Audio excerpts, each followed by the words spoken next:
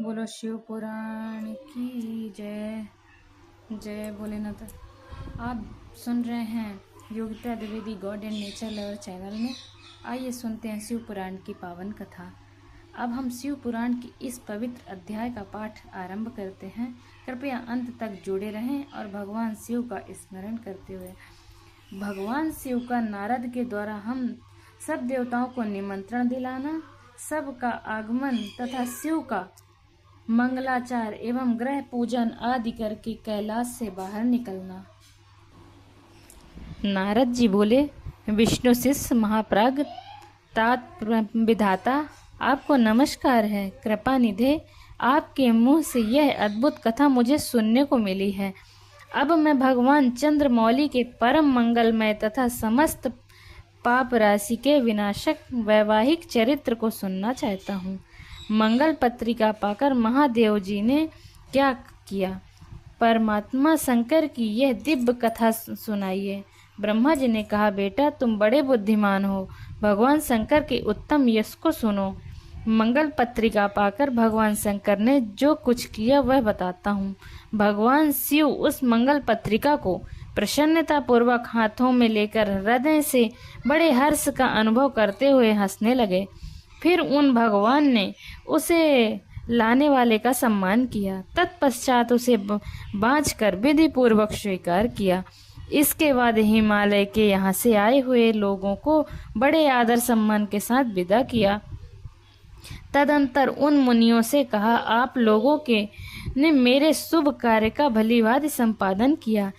अब मैंने विवाह स्वीकार कर लिया है, अतः आप लोगों को मेरे विवाह में आना चाहिए। भगवान शंकर का यह वचन सुनकर वे ऋषि बड़े प्रसन्न हुए और उन्हें प्रणाम एवं उनकी परिक्रमा करके अपने परम सौभाग्य की सराहना करते हुए अपने धाम को चले गए। मुने, तदंतर महालीला करने वाले देवेश्वर भगवान शंभु ने लोकाचार का सहारा ले तत्काल वे तुम्हारा स्मरण किया।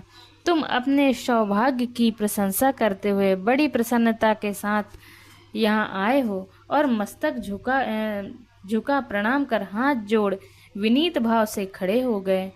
तब भगवान शिव ने कहा, नारद, तुम्हारे उपदेश से मेरी पार्वती ने बड़ी भारी तपस्या की और उससे संतुष्ट होकर मैंने उन्हें यह वर दिया है कि मैं पति रूप में तुम्हारा पाणी ग्रहण करूंगा। पार्वती की भक्ति देखकर मैं उनके वश में हो गया हूँ, इसलिए उनके साथ विवाह करूंगा। सप्तर्षियों ने लग्न का साधन और शोधन कर दिया है, अतः आज से 7वें दिन मेरा विवाह होगा। उस अवसर पर लौकिक रीति का आश्रय ले मैं महान उत्सव करूंगा। मुने, तुम विष्णु आदि सब देवताओं, मुनियों और सिद्धों को तथा अन्य लोगों को भी मेरी ओर से निमंत्रित करो। सब लोग मेरे शासन की गुरुता को समझकर प्रसन्नता और उत्साह के साथ सब प्रकार से सज धज कर स्त्री पुत्रों के साथ लिए यहाँ आए। ब्रह्मा जी कहते हैं, मुने, भगवान शंकर की इस आज्ञा को सिरोधार्य करके तुमने शीघ्र ही सर्वत्र जाकर उन सबको निमंत्रण दे दिया। तत्पश्चात शंभु के पास आकर उनकी आज्ञा के अनुसार तुम वहीं ठहर गए। भगवान शिव भी उन सब देवताओं के आगमन की उत्कृष्ट पूर्वक प्रतीक्षा करते हुए अपने गणों के साथ वहीं रहे। उनके सभी गण संपूर्ण दिशाओं में नाचते हुए वहाँ बड़ा भारी उत्सव मना रहे थे। इसी बीच में भगवान विष्णु सुंदर वेश धारण करके अपनी पत्नी और दल बल के साथ शीघ्र ही कैलाश पर्वत पर आए और भक्ति भाव से भगवान शिव को प्रणाम करके उनकी आज्ञा पाकर प्रसन्नता पूर्वक उत्तम स्थान में ठहर गए। इसी प्रकार मैं अपने गणों के साथ स्वतंत्रता पूर्वक शीघ्र ही कैलाश गया और भगवान शंभु को प्रणाम करके अपने सेवकों सहित सानंद वहां ठहरा। तदंतर इंद्र आदि लोकपाल और उनकी स्त्रियां आवश्यक सम्मान के साथ खूब सज धज कर वहां आई। वे सब के सब उत्सव मना रहे थे। तत्पश्चात मुने, नाग, सिद्ध, उपदेवता तथा अन्य लोग भी निमंत्रित हो उत्सव मनाते हुए वहां आए। उस समय महेश्वर ने वहां आए हुए सब देवता आदि का पृथक पृथक संघर्ष स्वागत सत्कार किया। फिर तो कैलाश पर्वत पर बड़ा अद्भुत और महान उत्सव होने लगा। देवांगनाओं ने उस अवसर पर यथा योग नृत्य आदि किया। विष्णु आदि जो देवता भगवान शंभु की वैवाहिक यात्रा संपन्न कराने के लिए इस समय वहां आए थे, वे सब यथा स्थान ठहर गए। भगवान शिव की आज्ञा पाकर सब लोग उनके प्रत्येक कार्य को अपना ही कार्य समझकर नियंत्रित रूप से करने लगे और इसे शिव की सेवा मानने लगे। उस समय सातों मातृकाएं वहां बड़ी प्रसन्नता के साथ शिव को यथा योग्य आभूषण पहनाने लगी। मुनिश्रेष्ठ, परमेश्वर भगवान शिव का जो स्वाभाविक वेश था, वही उनकी इच्छा से उनके लिए आभूषण की सामग्री बन गया।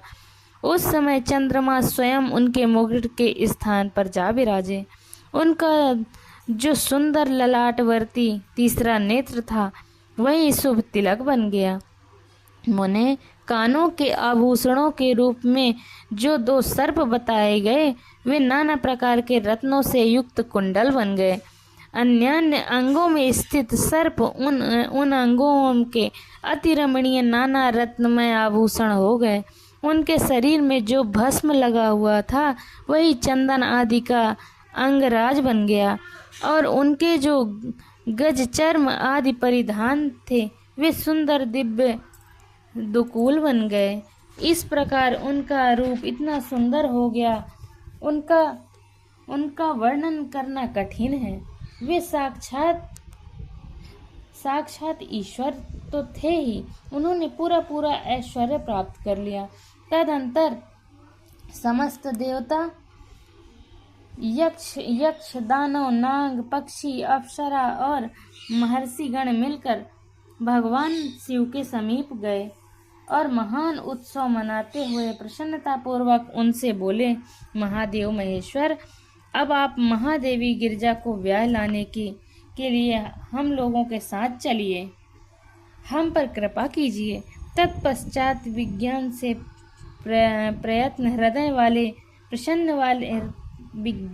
प्रसन्न हृदय वाले भगवान श्री विष्णु ने भगवान शंकर को भक्ति भाव से प्रणाम करके उपर्युक्त प्रस्ताव के अनुरूप ही बात कही। भगवान विष्णु बोले, शरणागत वत्सल देव महादेव प्रभु, आप अपने भक्त जनों का कार्य सिद्ध करने वाले हैं, अतः मेरा एक निवेदन सुनिए। कल्याणकारी शंभो, आप ग्रह सुयोक्त विधि के अनुसार गिरिराज कुमारी पार्वती देवी के साथ अपने विवाह का कार्य कराइए। हर आपके द्वारा विवाह की विधि का संपादन होने पर वही लोक में सर्वत्र विख्यात हो जाएगी। अतः नाथ, आप कुल धर्म के अनुसार प्रेम पूर्वक मंडप स्थापन और नांदी मुख श्राद्ध कराइए तथा लोक में अपने यश का विस्तार कीजिए। ब्रह्मा जी कहते हैं, नारद भगवान विष्णु के ऐसा कहने पर लोकाचार परायण परमेश्वर शंभु ने विधि पूर्वक सब कार्य किया। उन्होंने सारा अभ्युदय कार्य कराने के लिए मुझको ही अधिकार दे दिया था। अतः वह मुनियों के साथ मैंने आदर और प्रसन्नता के साथ वह सब कार्य संपन्न किया। महामुने, उस समय कश्यप, अत्रि, वशिष्ठ, गौतम, भागुरी, गुरु, कश्यप, बृहस्पति, शक्ति, जमदग्नि, पराशर, मार्कंडेय, शिलापाक, अरुणपाल, अकृतश्रम, अगस्त, च्वन, गर्ग, शिलाद, दधीचि, उपमनु, भरद्वाज, अकृतव्रण, पिप्पलाद, कुशिक, कौत्स तथा शिष्यों आदि व्यास ये और दूसरे बहुत से ऋषि जो भगवान शिव के